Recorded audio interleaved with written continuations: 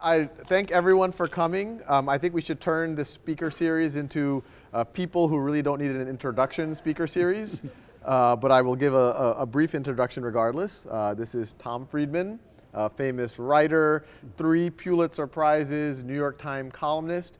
Many of y'all might not have realized that we know each other and that every morning we coordinate our outfits. Which is now. What are you wearing today, Sal? Yeah, I know we're very careful about that. Should we do pink today? Yes, yes. But it's a real honor, to have you here. And where I like to start is, I mean, a lot of people know you as like the public person, and I do this really for frankly, a lot of people who just might be watching Khan Academy, young students or whatever. And I'm always curious how a Tom Friedman becomes a Tom Friedman. I mean, what brought you on this path? So it's interesting. I grew up I was born in Minnesota. I grew up in St. Louis Park, a small suburb of Minneapolis. Yeah, I think I've always thought to be a successful columnist, and whether I am or not, someone else can judge. But it's really important to be from somewhere, Sal. It's really important to be grounded in a worldview that you take around the world and you measure against other things you see. And so the thing you have to understand about my column is I'm always looking for Minnesota. Yeah. So what does that mean? It means I grew up in Minnesota at a particular time when politics really sort of worked. Yeah. So I graduated from high school in 1971, and that was the year that our governor, Sandy, forgot his last name now, Anderson, was on the cover of Time magazine holding up a walleye under the head, a walleye fish. A walleye? A walleye fish, yeah, it's a Minnesota fish. Oh. Under the headline, Minnesota, the state that works.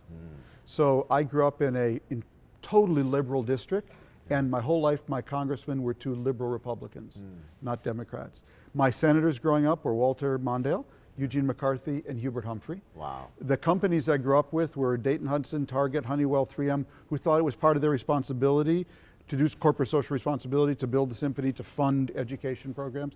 So it gave me, I now only realize in retrospect, a very powerful sense of that politics is something that can work, that communities can come together. And so when I later went to the Middle East or Beirut or whatever, I carried that with me. And a lot of what I saw was, I saw communities falling apart. Right, somebody else may have said something else. So my life changed in 10th grade. I had a great teacher. And her name was Hattie Steinberg, and she taught journalism in room 313 at St. Louis Park High School. And her class is still the only journalism course I've ever taken. Not because I'm that good, but because she was that good. It's the only one I ever needed. And she really inspired me to want to be a journalist and a writer. And in that same year, my parents took me to Israel on a trip to visit my sister who was going to school there. I had never been out of the state of Minnesota. I was 15, except for a few brief forays into Wisconsin, and I had never been on an airplane. And so that was my first trip. I came to the Middle East, came to Israel, and I was just kind of blown away. So I actually lived on a kibbutz all 3 summers of high school. I got totally fascinated with the Middle East, dropped everything, and was just totally absorbed with journalism and the Middle East. I then went to college. I started taking Arabic as a freshman. I eventually did a semester at the Hebrew University in Jerusalem, a semester at the American University in Cairo, and I graduated in 1975 from Brandeis, ultimately in Middle East Studies. And I had a Marshall Scholarship to study Arabic and Middle East history, ultimately in England.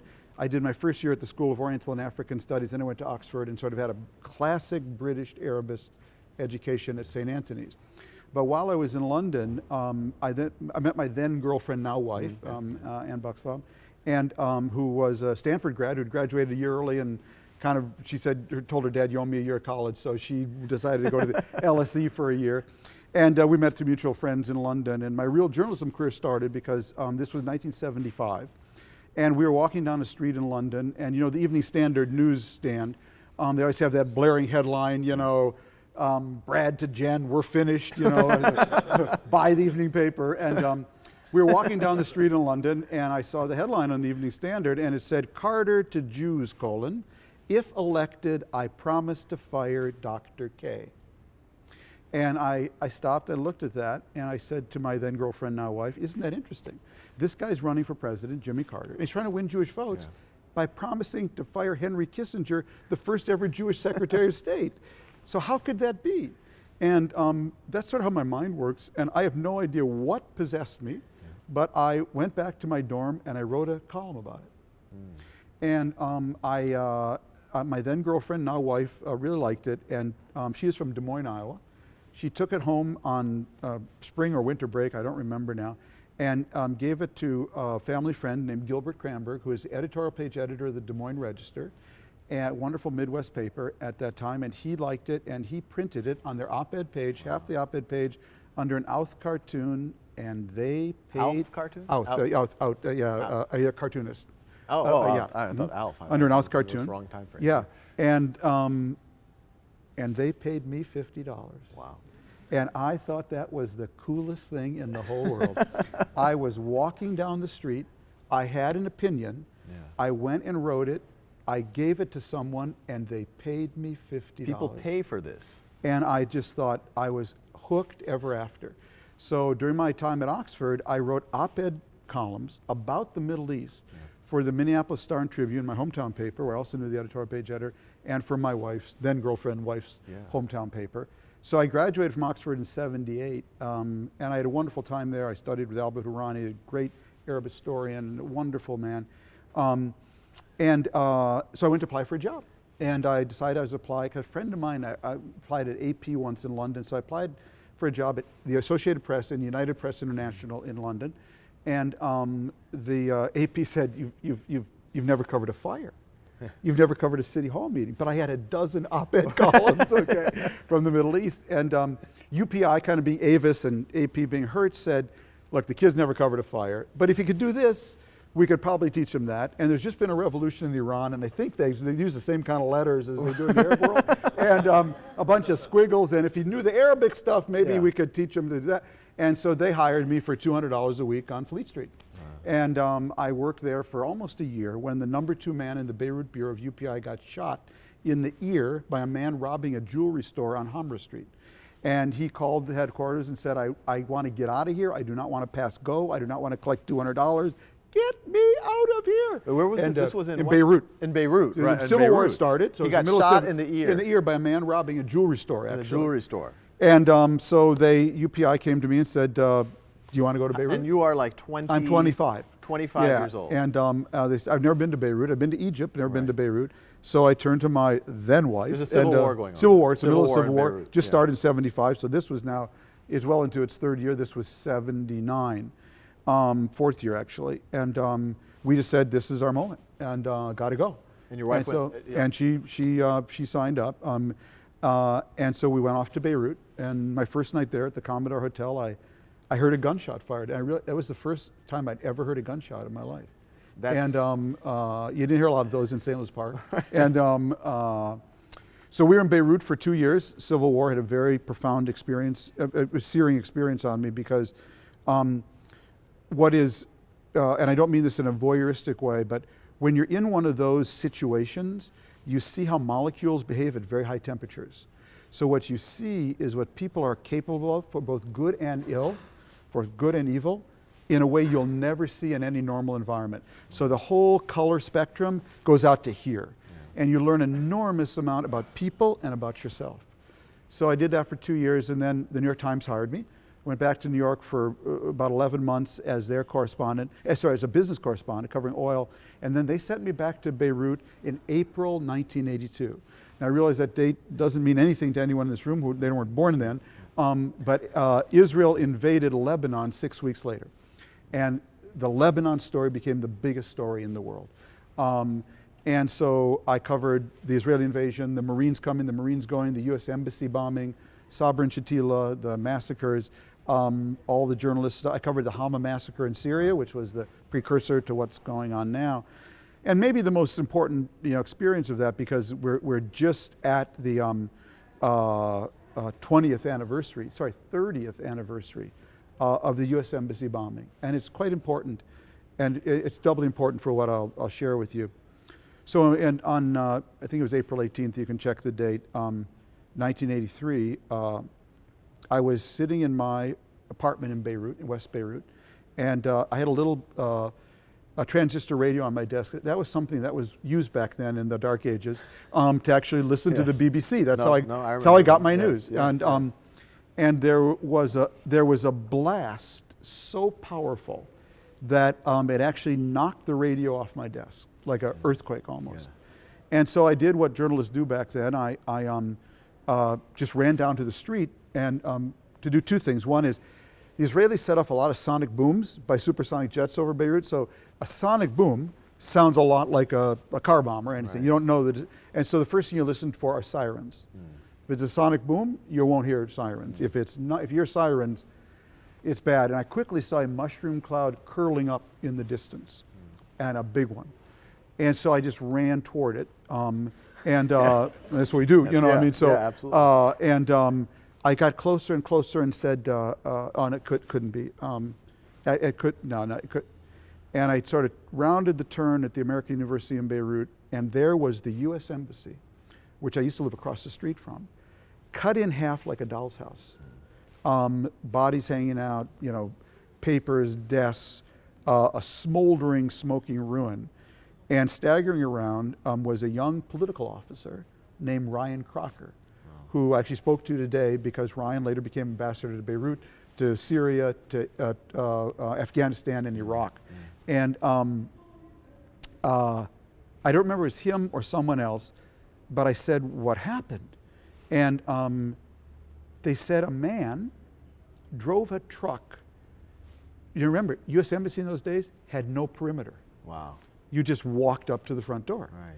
A man drove a truck through the driveway, up the front stairs, into the lobby, and blew it up. And I'll never forget what I said. You mean he blew himself up? Yeah. You mean he committed suicide? Right. That was unheard of. That was, I literally, I could not get my mind around it. And that was the beginning. That was the first one. That's really where the phenomena started. So anyways, I did 2 more years in Beirut for the New York Times, and it was remarkable, remarkable in the sense of just see the human drama that played out. I mean, I have about 8 million questions in my brain but I mean, especially when you hear about war correspondents, people who are in these war zones. I mean, your wife's there with you? Yeah. Did you fear for your life? I mean, you could go back to wherever, New York, Minneapolis, hang out at the Target, whatever. That's right, Mall of America wasn't built then. There were times that I came to Beirut in April 1982. The war started in June. And unfortunately, in the first week of the war, massive number of refugees came up from the south, mostly Palestinian. My driver in Beirut was a Palestinian, and he'd worked for the Times since the 50s. He actually was a driver for Kim Philby. I mean, Mohammed had seen like it all. And he began to fear for my safety because refugees were taking over apartments, any vacant apartment. And this was summer, so a lot of Beirutis had gone to, people just break in, empty apartment, move in. Yeah. And so he decided to move his wife and 2 daughters into my apartment and move me into the hotel. He thought it would be much safer for me. And tragically, 2 groups of refugees got in a fight over my building, and the one that lost blew it up. Wow. So the building was completely destroyed, and unfortunately my driver's wife and 2 daughters were killed in my apartment. Oh my God. And that was in the first week of the war.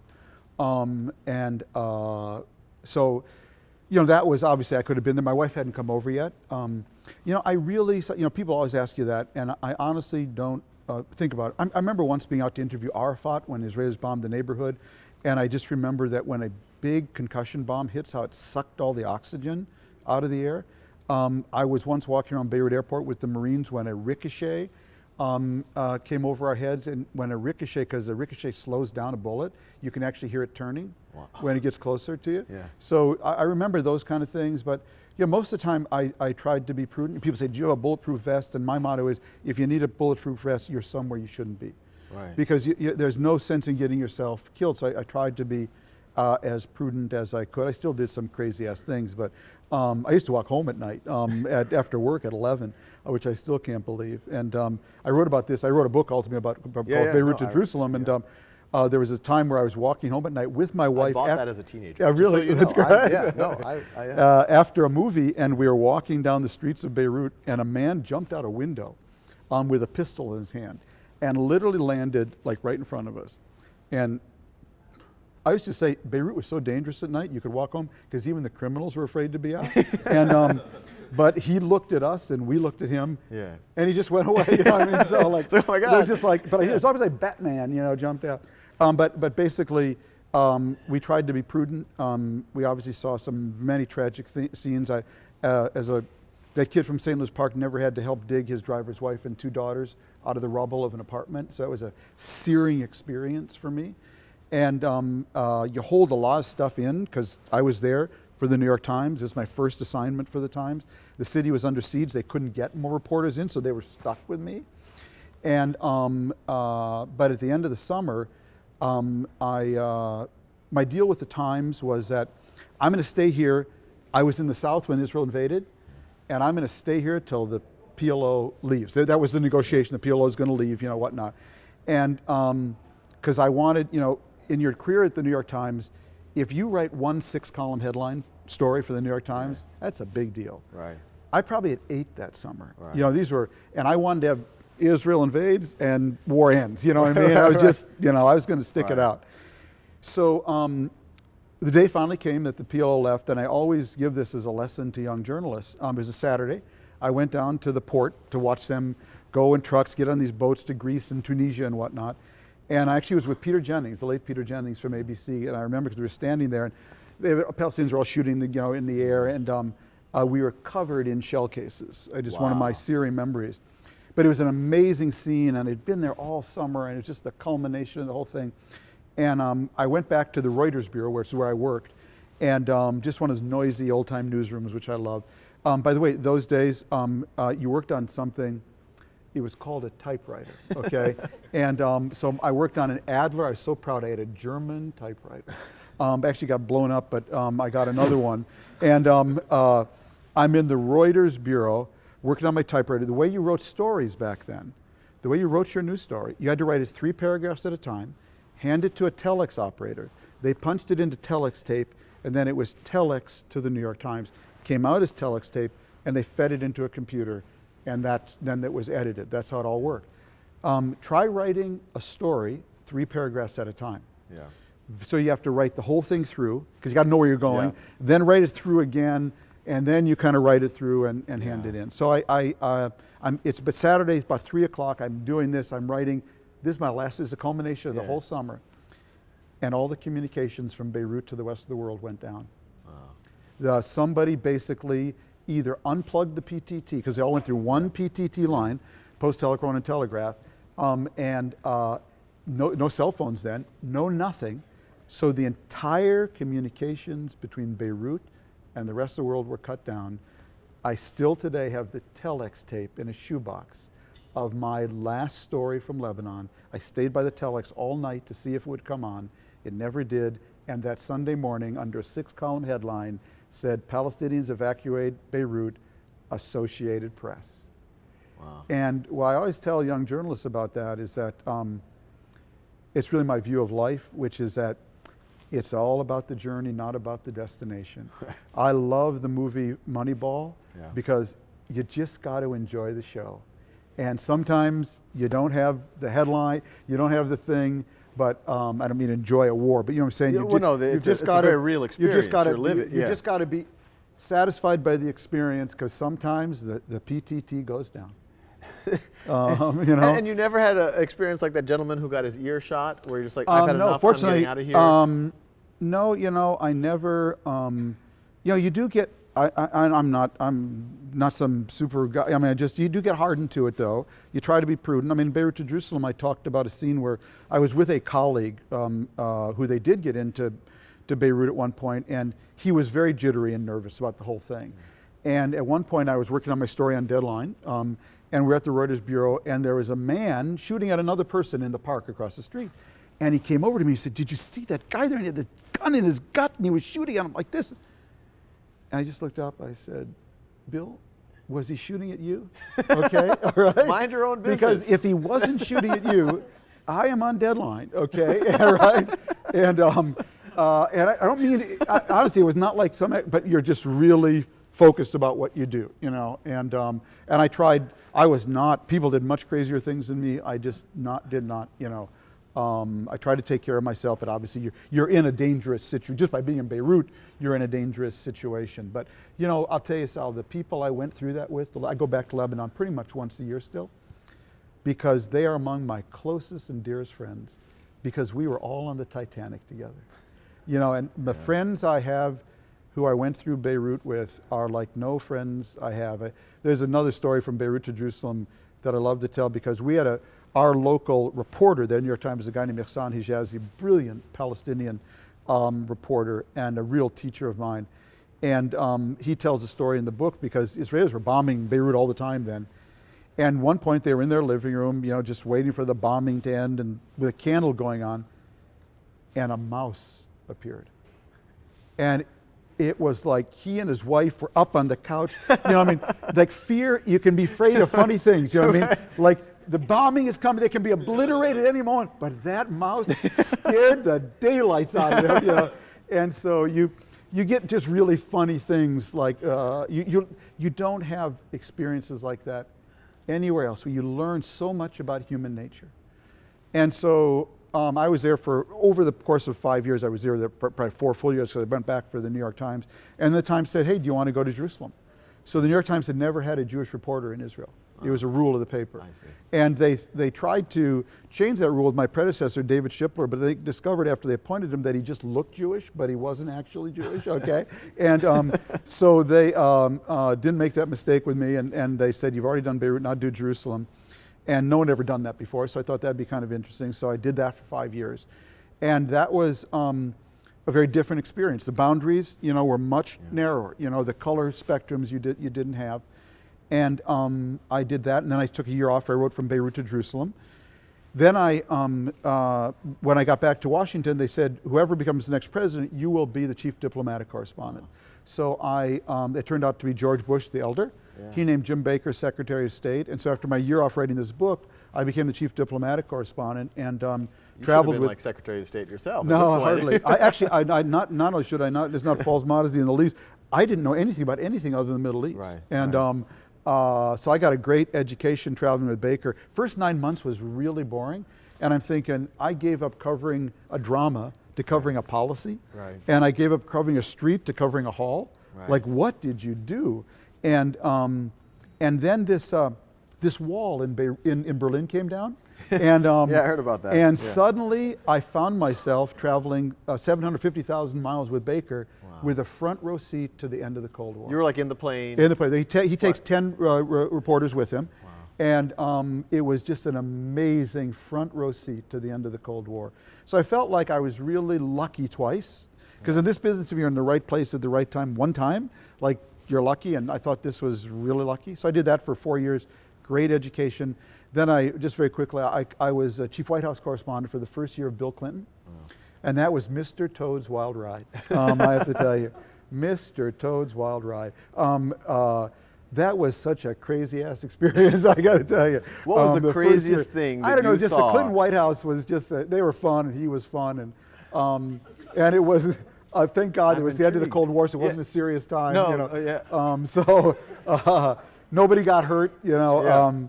And this is just the stuff that you saw. That's right. Yeah, I mean, you're like the press. It was like, but I did that for a year. And covering the White House, it's an experience every journalist should have, because it's a very interesting experience, but none dare call it journalism. You know, it's a cross between babysitting and stenography, you know, because you're there, but, you know, you got to go everywhere with the president. You're babysitting the president. You go wherever he goes, really? you know, like a ball and chain. Oh, wow. But you take turns flying in Air Force One, because it's a pool, you know, so I was glad I did it for a year, but like I got the point after a year and said, I don't really want to do this, because one of the things about covering the White House and the State Department is back in those days, again, the prehistoric days, the Washington Post and the New York Times exchanged front pages at 10:30 every evening.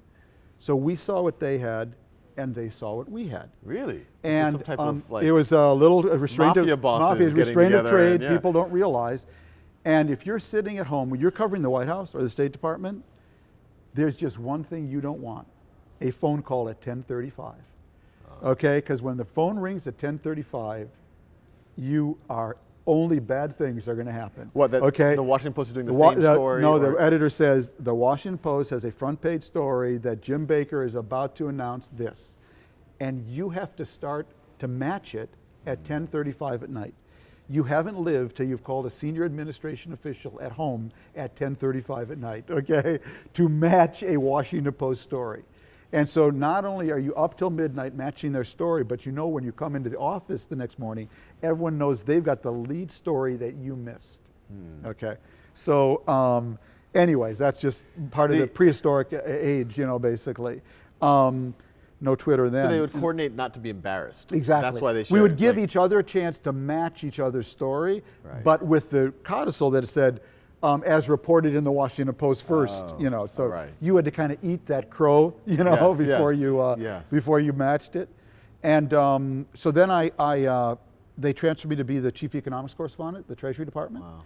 And this was this is now early 90s. Netscape's just been invented. Yeah. This thing called the internet. You know, remember when Bill Clinton was president, elected president, no one had email, okay? No one had heard of email. Yeah. So, and this thing called globalization was aborting. And so I was at the Treasury Department just as we were kind of shifting from General Powell to General Electric, you know, in terms of our kind of concerns. And you have a knack for words. Yeah, I don't know where it comes from. It's they tell me that. So you should put that to work I should, at some right. point. It's and so I did that for 3 years, and then they made me the foreign affairs columnist, and I've been doing that ever since. And then I came here yesterday. So you came here yesterday, and I think this is destiny because you talk about these life moments. One, discovering the op-ed, how you could communicate, and then all of these other experiences. There's this form factor called the YouTube video. Yes. Which I think some organizations could get you making some videos. Absolutely. I know I should do that, and I've thought of doing a MOOC. You know, it's funny. So my youngest daughter went to Williams College, and Williams is on the 414 system. And this is relevant now for Khan Academy, I think, which is that. So the one is a winter term, which is kind of fun. So you take winemaking, trip to Morocco. But as a freshman, you have to do, you have to stay on campus. So in a shameless effort to be near my daughter, I agreed, because I had a friend there who was teaching a course on teaching, actually. I agreed to teach a course on how to write a column. And it was really fun for one reason. I realized that, like I've learned about globalization and written about it. I've learned about the Middle East and I've written about it, but I know how to write a column. And it was really fun to write about something you know really deeply and to teach it. Right. So the way the course was constructed, I created a little book for the class, and you had to, because I did team taught it with a friend of mine who was an educator. So you had to teach a lesson, okay, on Tuesday, and then you had to write a column off that lesson on Thursday. And I would come to class, and they would email their columns ahead of time, and then I would deconstruct them in front of them, saying, you know, the 18th graph is really the lead is really the kicker, you know, and I showed them, I kind of take it apart for them. So what I did though was I created a 7 chapter book, I guess, on how to write a column. And I just did this mimeograph, you know, but because my view is that there's actually just 6 kind of columns. And if you write a column that gets any one of these 6 reactions, you have a column. Right. So, and then I give examples of all 6. And the last chapter was Tom Friedman is a big fat idiot, right-wing pinko, left-wing bottom-dwelling slug. I took a day's or a week's blogs about me, and I put them all in one chapter, you know, about what a flaming jerk I am. And just to explain to people that being a columnist is not a friend growth industry, and that you want my life. Are you ready for chapter 7? Okay, because you better be ready for chapter 7 because I live with that Greek chorus every day. Okay, so the 6 kind of columns are. If you write a column that produces one of these 6 reactions, you got a column. The first is someone reads it and says, "I didn't know that." That's a column. Yeah. You tell people something they didn't know from reporting. You know, you reported something. Wow, I didn't know that. Second is, I never looked at it that way. You give people a new perspective. Yeah, I never looked at it that way. Third, your favorite, you live for this, happens half a dozen times a year if you're lucky. You said exactly what I felt, but I didn't know how to say, God bless you. God bless you. Thank you so much. The fourth is I want to kill you dead, you and all your offspring, okay? Yes. Because your column is defined as much by people who are against it as Have who you are had for people it. actually write that to you? Oh yeah, that's Really? nothing. I mean, that's the nice stuff, okay?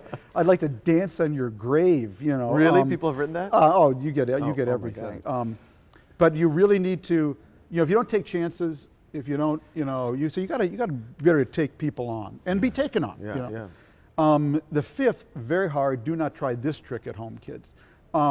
You made me laugh. You made me cry. Very hard to do. When you do it well, oh wow, it really works. Yeah. When you do it badly, Yeah. bad humor or bad sort of sentimentality is cringe-inducing. So don't try that one unless you're really going to pull it off. And last is what I simply call "you challenged me," Right. and that is when a columnist challenges his own readers, which I believe in doing, and I Right. do a lot of that. So to me, if you write, and I give examples of all six, so if you write one of those kind of 6 columns, you got a column. And you target one, or you just go around and think about what you want to write? You write it, and then you say, "Oh, that's category 3 with a little bit of 4." in No, that. I'm not thinking about it Yeah, now. yeah, I mean, yeah, because I yeah. know, so in You my kinda head, feel. intuitively, I Yeah. know what it is. So right now, I've got actually 3 columns wrestling Yeah. in my head. Excuse me, before I came here, I tracked down Ambassador Ryan Crocker and a plane in LaGuardia after I talked to you. Yeah. Because I had a thought about Syria that was triggered by something he wrote in the Washington Post this morning. I'm thinking about some of the things you said because it melds well with a McKinsey study that somebody sent me yesterday. And I did a column with a bunch of healthcare innovators last week at HHS. I did research for it, so I got that in my head. Sometime tomorrow I'll make a commitment for Sunday. Yeah. But right now all 3 are wrestling, and I'm carrying all 3 around in my head. To be a columnist, you have to, I see columns everywhere, like I do, it's need an hour here, Yeah. and I could at least get a column or 2 out of this, Right, you know. right. And if I didn't, you'd kind of die, like, because I do this Right, twice a week, right, you know, right, it's like, right. what am I going to write for Wednesday? It was Sundays. I have no idea what I'm Right, going to write for right, Sunday, right. right? I really don't have any idea. Right. All I know is I've got a 4-hour plane flight on Friday, and I will write whatever I'm going to write for Sunday on that 4-hour plane ride, okay? I will make a commitment then. But, so I never worry about the ideas. It's more which one to choose of the ideas I have, you know? Right. So that's... So we will try to convince you to get your course on Khan Academy. Yeah, I would love to. I've really thought will about reach doing, millions. No, I really have thought about doing a MOOC, you know,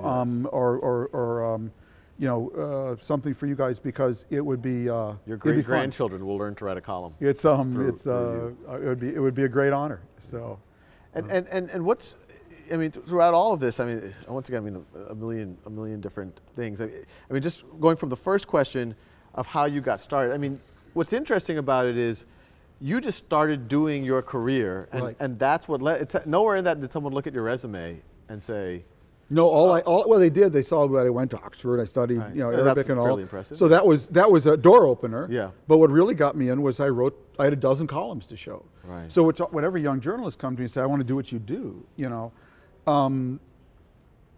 They say, what do I need to do what you do? Yeah. And when I say, well, you know, the first thing you need is you need to be able to type fast. I can type really fast. Take good notes. You need to know English, you know, obviously good If grammar. foreign English That's right, good columnist, grammar. Punctuate, comma goes there, Yeah. you know. Good to know some economics, politics, history, all those things, science, environment. But there's actually just one thing you need to be a good journalist, I believe.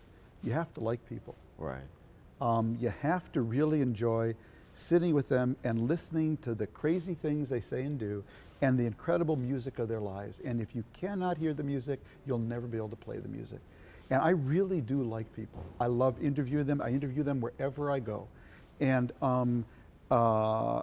so I'm struck at how many journalists hate people. And I've known of several of them. But I really do like people, and I enjoy hearing the music of their lives. I have an unnamed friend who was in residency for surgical residency, and he really brilliant guy. Yeah. And he got some negative feedback from one of the senior residents, and the feedback was, you know, it really just doesn't look like you care about the patients, and he was really taking that to heart. Yeah. And then I asked him, well, do you care? He's like, no. Yeah, that's right. That's right. I was like, well, That's right. That's right. That's right. maybe It comes. that's an issue. It shows. Maybe It there's shows. an issue there. You know, I mean, I was in San Francisco yesterday, and I went to Starbucks because I needed some free wireless because my wireless was out. So I just was going in there, and a guy came up and said, "We have to buy you coffee." You know, big fans, yada yada. And so of course, I immediately said, well, what do you do? What do you do? Oh, you're in big data analysis, fascinating, give me your card. By 4:30, I met with them again, I bought them a drink and interviewed them. And so there's one good thing about notoriety. People throw shit at you, true. Yeah. That's, They want to dance on your grave. That's right, but they want to dance on your grave. Yeah. But a lot of other people want to come up and tell you about their lives and what they do. And they are just, I cannot tell you how many column stories and ideas I've gotten from people who just come up to me on the street, in an airport, in a Starbucks, and tell you things about their lives. So it's I'm really open to that. I'm still tickled when someone comes up to me and says something. I think that's pretty serious. If someone stops you and says, "I want to tell you how I feel about what you're doing," you know what I mean? And so you invite that. I mean, I really, I welcome so if you it. see Tom Friedman in an airport. Yeah, people do it. and by the way, a lot of times people come up and say, I agree with about 90% of what you write. Yeah. And I say, hey, that's like a perfect number for me, because it means you're always going to check. Yeah. Death for a columnist is if people say, I know what he or she is going to write. Right. Why should I read it?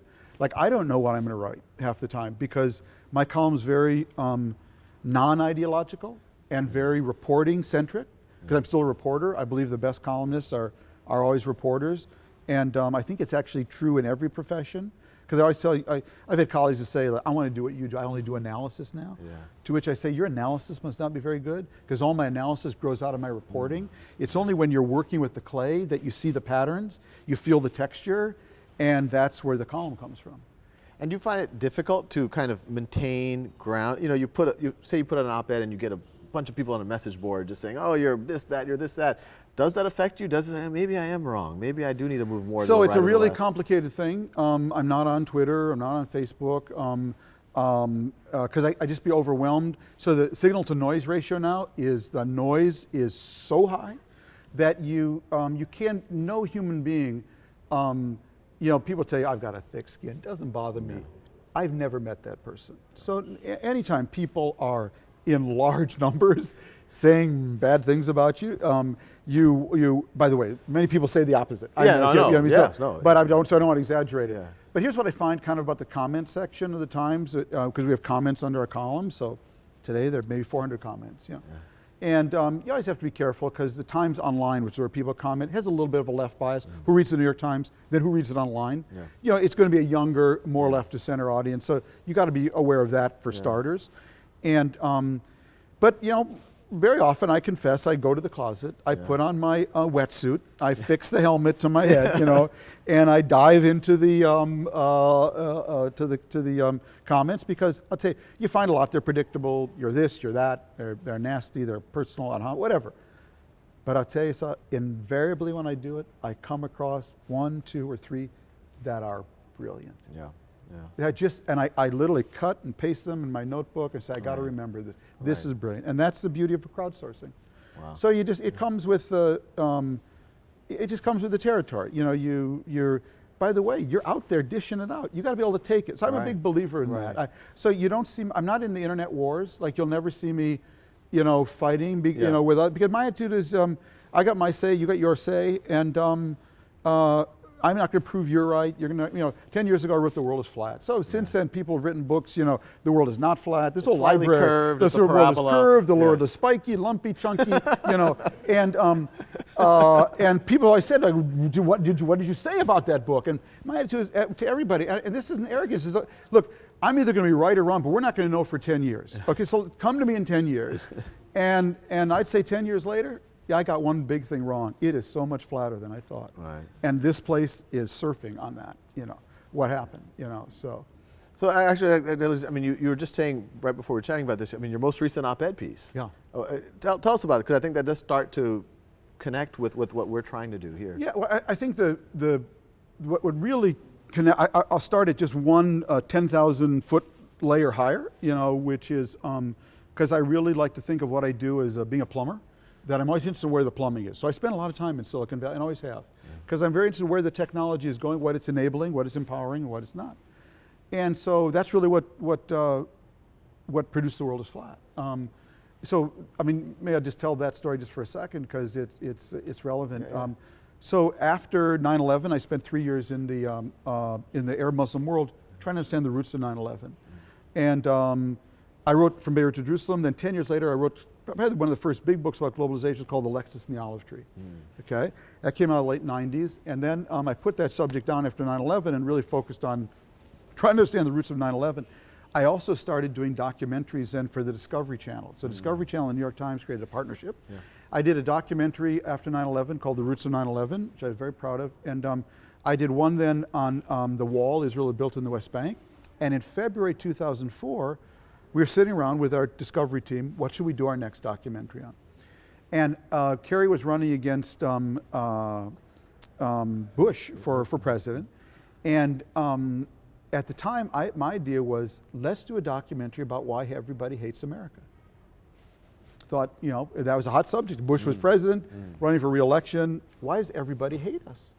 And so how should we do that? Well, I had this crazy idea. We should go to outsourcing centers all over the world and interview young people who spend their days imitating Americans on what they think of America. Yeah. I thought it'd make a fascinating double mirror. You know, Zhao by day, John by night. Yes. You know, Juan by day, Joe by night. Yeah. And so we literally were budgeting that documentary. Where do we go? Guatemala, Mexico City, Philippines, Bangalore. And in the middle of that budget debate, John Kerry came out with his blast against Benedict Arnold CEOs who engage in outsourcing. Because we just had the Y2K thing.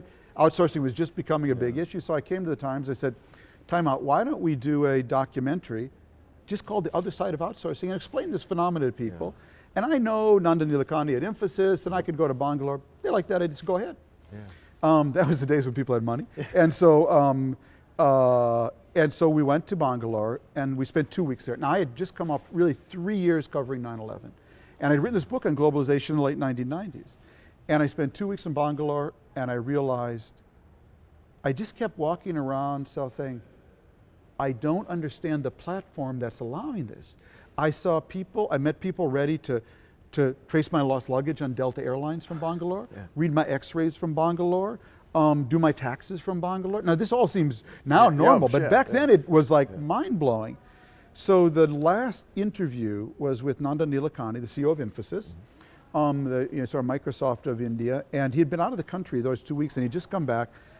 I went to his office at Electronic City at Infosys to see him. We sat on the couch outside his office. I had my laptop on my lap. And at one point he said, Tom, I got to tell you, the global economic playing field is being leveled.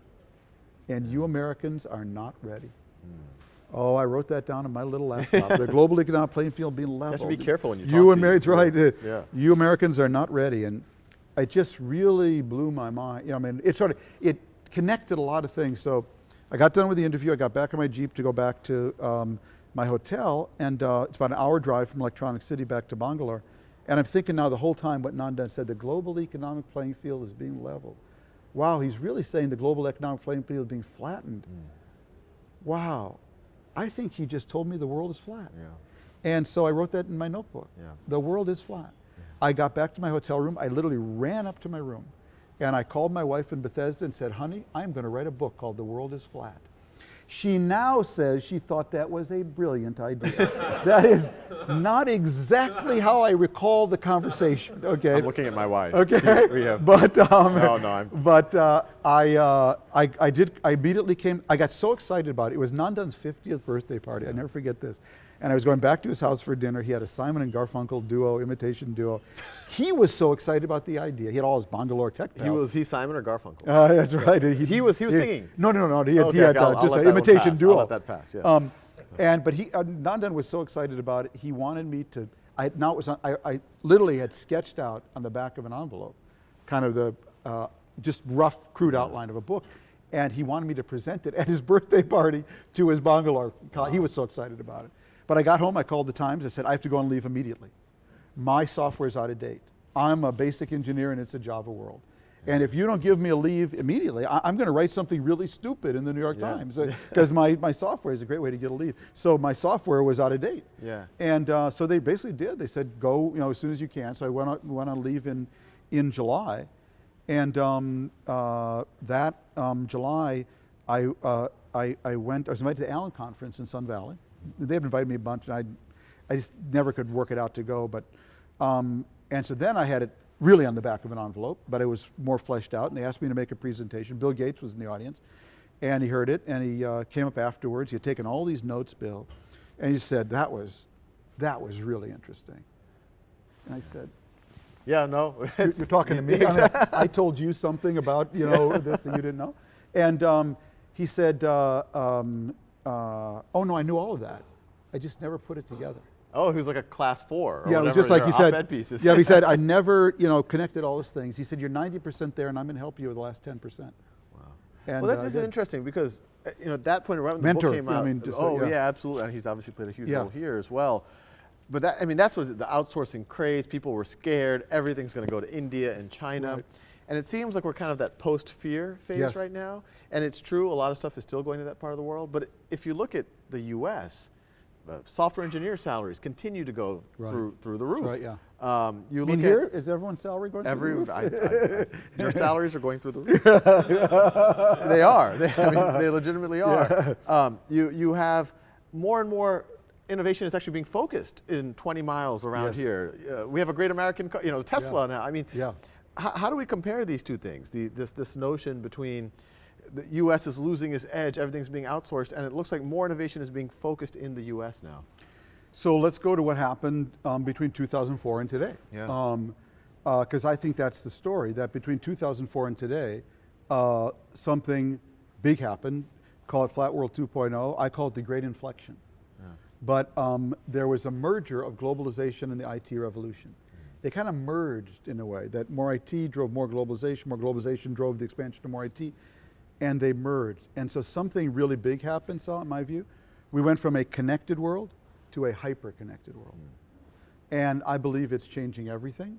And Khan Academy is now on that platform. So, the story I tell my soundbite is that when I wrote The World is Flat, when I wrote my last book, which is about America, which is in 2011, the first thing I did was go back and get the first edition of The World is Flat off my bookshelf, just to remind myself what I'd written. And I took it off the shelf, I opened it up to the index, looked under A, B, C, D, E, F, F, A. Facebook wasn't in it. So when I was running around the world saying the world is flat, we're all connected. Yeah. Facebook didn't exist. Twitter was still a sound. The cloud was still in the sky. 4G was a parking place. LinkedIn was a prison. Applications were what you sent to college. Big data was a rap star, and Skype was a typo. Okay? I mean, all of that happened after I wrote The World is Flat. So what does that tell you? It tells you we've gone from a connected world to a hyper-connected world. Right. So what are the features of that? Well, the features of that is that more people now can compete, connect, collaborate, and invent with more other people in more different ways, from more different places for less money than ever before. Right. And it reached a difference of degree, so that's a difference of kind that allows for Khan Academy. That for basically zero marginal cost, you can now offer the greatest educational lessons to anyone in the world with a web-enabled cell phone or a internet-enabled computer. But what's your sense of why? I mean, just like the talent, the offshoring fear was that all the software engineering jobs are going to go to India. What's your sense of why we actually saw the opposite? Actually, now we're seeing finally an inflection point where software engineers are starting to become competitive with bankers and consultants and other types of people in terms of income. And I mean, what do you think is allowing for that despite the globalization phenomenon? Well, the way I always like to explain it is that there isn't something called a lump of labor. Right. We've got it, and now India's going to get it, bring the lump back. That's not how it works, okay? So the best way I used to explain it when I talk about The World is Flat is, guess what? Not everything that needs to be invented has been invented. Right. And the example I always give is your daughter goes off to college. My daughter goes off to college. Your kid goes off to college, comes back after first semester, and you say, so honey, what do you think I'm majoring in? What do you think you're going to do? She says, Dad, I want to be a search engine optimizer when I grow up. I say, I sent you to college, you couldn't be an ophthalmologist or an accountant? What the hell is a search engine optimizer? Of course. So here's an industry that came from zero to multi-billion dollars. Right. How do we optimize my website so if Sal's in the tennis shoe business and Tom's in the tennis shoe business, when I put tennis shoes into Google, Tom's tennis shoes comes up before Sal's tennis shoes. It is now a multi-billion-dollar industry that's a mashup, by the way, between math and Madison Avenue. So it brings together advertising people with mathematicians, whole new field for people with software or math degrees, never existed before. Right. And so Khan Academy, the software around distributed online courses, didn't exist 10 years ago, you know? And so all these things keep getting invented. But there's one constant, it seems to me, Sal, and that's every good job is either going out, up, or down faster than ever. That is, every good job either requires more education to do, or it can be done by more people, computers, or software, or it's being outsourced to the past faster. So every job is going in all three directions at Maybe once, not more education in the formal sense. It could No, be just exactly. More competency. competency, That's a good. creativity, That's a very good. whatever Exactly. you might want to. Exactly. One thing we know about search engine optimizer, you needed to know more than you did, you know, to be a computer repair person. You know, and so, but what I think is exciting about this moment, and again, this is all being, I would argue, enabled by the hyper-connected platform, is that once it becomes a competency game, I can acquire those competencies in any way. And that's what people don't appreciate about globalization. I always say globalization giveth and globalization taketh. Globalization just made the qualifications for this job higher, and it just brought you Khan Academy, where my daughter, who is applying, you know, for graduate school, can go to get prepped for her GREs for free. Well, she did. She did. You told me. Exactly. Hope she got her money's worth. Yeah, she 'Cause did. Money. She got in. She got in. Oh, actually, she's there she right got now, more. and she visited here 2 weeks ago. Yeah. So it's doing both at the same time. And if you miss that, if you think it's all bad or all good, you don't get it. And the debate around globalization tends to be that, oh my God, it's terrible, it's going to kill us, it's going to overwhelm us, or it's wonderful. It's great. No, it's disruptive, it's creative destruction on steroids, but the opportunities it's unleashing for all different kinds of people.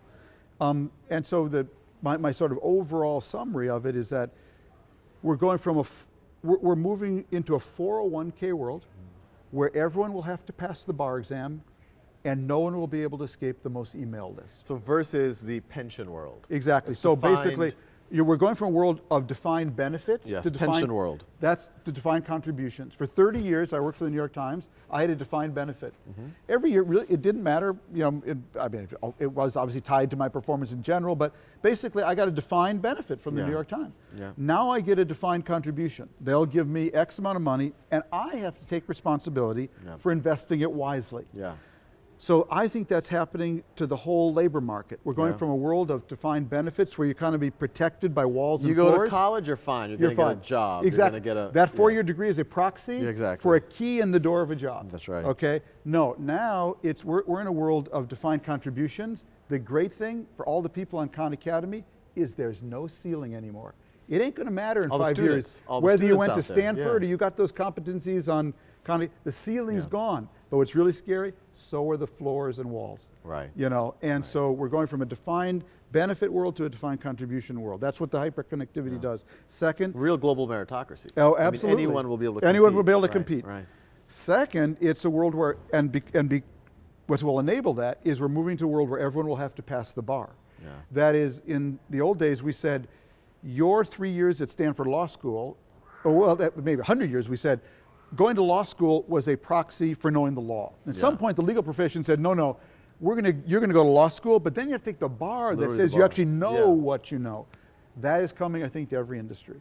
You want to get a job across the street at Google? I don't think you just show up and say, I have a BA in engineering. No, they test, do you actually know what you know? You know because Tony Wagner always says, the world doesn't really care what you know, because the Google machine knows everything, okay? The world only pays off on what you can do with what you know, and we are now going to test that. So my motto is everyone's going to have to pass the bar. Third, we all are going to have our own most emailed machine. So New York Times, go to newyorktimes.com.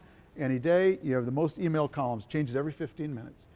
Any journalist who says they don't look at it is lying, okay? You always want to see where your story, your column, whatever, did it go up the most emailed? It's human nature. I think what's coming is a most email list is coming to a job near you, because with big data, so we had a story in the New York Times that Jamba Juice has technology, it's installed, it's in place, where they can measure which employees sell the most juice on 5th Avenue and 63rd Street at 80 degrees between 8 and 10 in the morning. And because they also divide their workday in 15-minute increments, the employees who do that get the most overtime. Wow. They've got their most email list now. If you go to schoolloop.com in your world, you can track your kid's school assignment, what she or she, whether she turned it in on time. By the way, whether he or she is tardy, and the kids now have their most email list. So these are all most email lists that will connect to your performance and display it in real time. And look, it's all scary. It's scary to me. And in this world, I mean, some people would fear that, okay, this is going to become very automatic, very, okay, these things matter. How productive were you at the Jamba Juice? But what about the soft skills, the arts even, and the arts impact on society as a whole, participation in democracy, some of these things that don't translate into dollars at Jamba Juice? So I think those are, again, more important than ever, because what this world really enables, if you are a self-motivated person and you're living in a world of Khan Academy, if you're a self-motivated kid in Khan, Afghanistan, and there's Khan Academy and I've got an internet connection, you can go to the moon. Yeah. There's do you think of the walls and ceilings that person lived within? And so that is just really exciting if you are self-motivated. If you are not self-motivated, the walls and floors that protected you are gone. And so I think the most important kind of leadership for a company, and leadership and for teachers and for parents and for coaches, is education that inspires. Yeah. Those soft skills, love of learning, motivation, they are going to matter hugely in a world, more than ever so, because when everything is out there now for you for free if you access it, And so, and that's sort of one side of the soft skills, but also, look, it's great to know math and physics and calculus and programming, and you can't be creative without them. But poetry, music, jazz, sports, collaboration, all those things that inspire people to take the math and turn it into something of beauty, of something that will make people's lives more productive, more healthy, more entertained, more caring. That all comes from the other stuff. So I think the pendulum swung pretty far to this way in terms of rigorous skill, hard skills. I think we need to make sure we come back to the middle here, and that we're blending. When we say blended model, we don't just mean teacher as a tutor more and a coach and all the online stuff taking care of the rest, but blending also all these other things. And if I read between the lines, we talked about these new industries. The difference between the engineering jobs that are going to India and the ones that are, the salaries are increasing here, is that it's fundamentally right-brained. Oh, it's fundamentally creative. Madison Avenue. Absolutely. Plus. You're not. India got into this game by remediating Y2K computers. Right. Now, what's cool to me about what's going on in India a decade later is we're seeing. So when I wrote about The World is Flat in 2004, that was really based on Indians solving our problems. Yeah. Y2K. Now what's so exciting with this platform, they're using these incredibly cheap tools of connectivity and collaboration and the cloud to solve their problems. Yeah. So if you look at what innovators in Mexico or India are doing, it's an explosion of innovation. We've got a billion more brains that potentially can be applied against the biggest problems of humanity. Yeah. And if that doesn't float your boat, then there's something wrong with you. Now, at the same time, I understand the challenge. And we should get them to figure out how we can solve the outsourcing problem. Well, it's they might do that in a certain way. Don't put it past them. And I understand for a lot of people it's scary. If you're a 50-year-old guy or gal in a declining industry, and somebody comes and says, "No problem, you can thrive. Just go to Khan Academy and take their lessons." I have huge sympathy for that. But that's just so out of their. They've been protected by a wall and a floor. They didn't do this. You can use all my tax dollars you want to help those people and make a transition. Yeah. What we shouldn't do is block the change. Yeah. If horses could vote, there never would have been cars. All right. It's always important to remember that. And so if you try to stand in the way of the change, that would be a fun party game. If horses could vote, vote. What would there be? What else? What would not? What wouldn't there be? And what would there be? Interesting. I love the way your mind works. So it's but it's because then you won't have the resources to take care of people. But I have a huge sympathy for people caught in that transition. And no one should ever mistake. I get very excited talking about things I discover, just connections I make. but do not mistake my excitement for just, I love the puzzle, you know what I Yeah, mean? yeah. Wow, that explains this and this explains that. And people should know that this is happening, but don't confuse it for unsympathy or Right. even that I'm not even net worried about all of this. That I see the upside and the downside, but it leaves me net worried Right. in many ways. Wow. I'm going to ask you one last question. Go ahead. Where are you going next? You hinted on it a little bit, and I found that fascinating because you're doing 2 documentaries almost at the same time. Well, I'm doing, it's the same documentary. It's called Climate Change in the Arab Spring. It's for the Showtime channel. It's part of a 6-part climate series they're going to run next year. I'm going to Yemen on Sunday to look at Yemen, the first country in the world that will probably run out of water. Wow. You can go around Sana'a, you see water trucks all over the place. Unfortunately, the country has a big addiction to khat, this plant, what? khat, Khat. QAT, it's a To drug. khat. Oh, I mean, wow. it's a plant that is a mild narcotic, but it consumes a lot of water. And somebody told me they were on a high-level, presidential visit, or the president of their country, the secretary of state of their country, and they went with the president of Yemen somewhere, and the pilot of the helicopter was chewing khat. Yes. And kind of leave me a little worried. Get on American Airlines, Yeah, and and the pilot spits out a pile of khat on the floor. Well, yeah. And then we're going to Syria because people don't realize Syria had a 10-year drought, Yeah. worst drought in their history, on recorded history. As the lead up to this, 1 million farmers and grazers had to leave the countryside, move to the cities, put huge pressure on the infrastructure, and it didn't cause the revolution there, but it was one of the stresses that really helped contribute to it. And we're going to Egypt because in 2010, in December 2010, there was a huge spike in global wheat prices because there was a drought in Australia, there was a drought in Russia, and there was a drought in China, flooding in Australia, drought in China, drought in Russia.